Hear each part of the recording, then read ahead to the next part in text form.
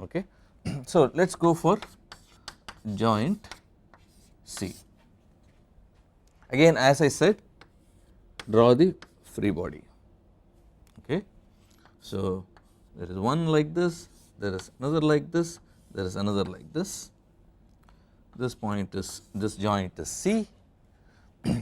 Mind you, this is something that you already know.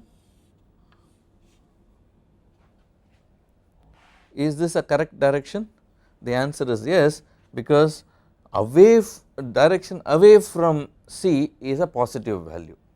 I already have CD to be a negative value. Okay. And or I can just assume that CD is an unknown initially, write it as CD, substitute minus 75 kilonewton for this. That is another way of looking at it. So, what is this? This is CE,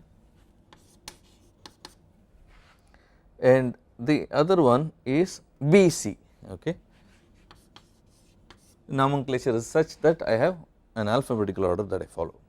Okay. And this force is downward like this. Okay. Let us say this angle is alpha. Looking at this geometry, this is 2 meters, this is 4 meters, 2 meters, 4 meters, which means this is alpha, this is alpha, this is alpha, this is alpha, where alpha is tan inverse of half. Okay. I can substitute for alpha at a later stage. Okay. So, let us do this. The member force CD is already known to me.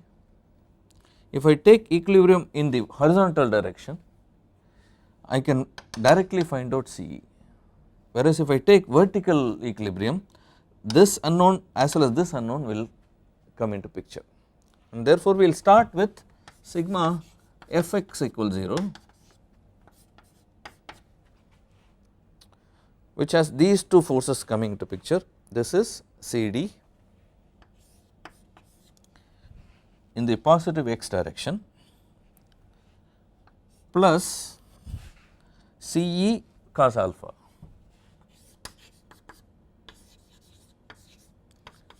is equal to 0, which means CE is equal to CD by cos alpha, that is equal to minus 75 kilonewton by cos alpha.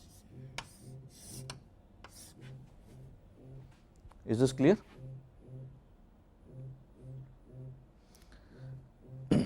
Now remember, now I have been able to find out CE directly,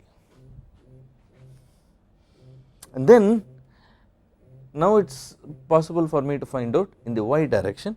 I can write down the y equilibrium and find out BC. Okay. So, this happens to be, I can write this down here.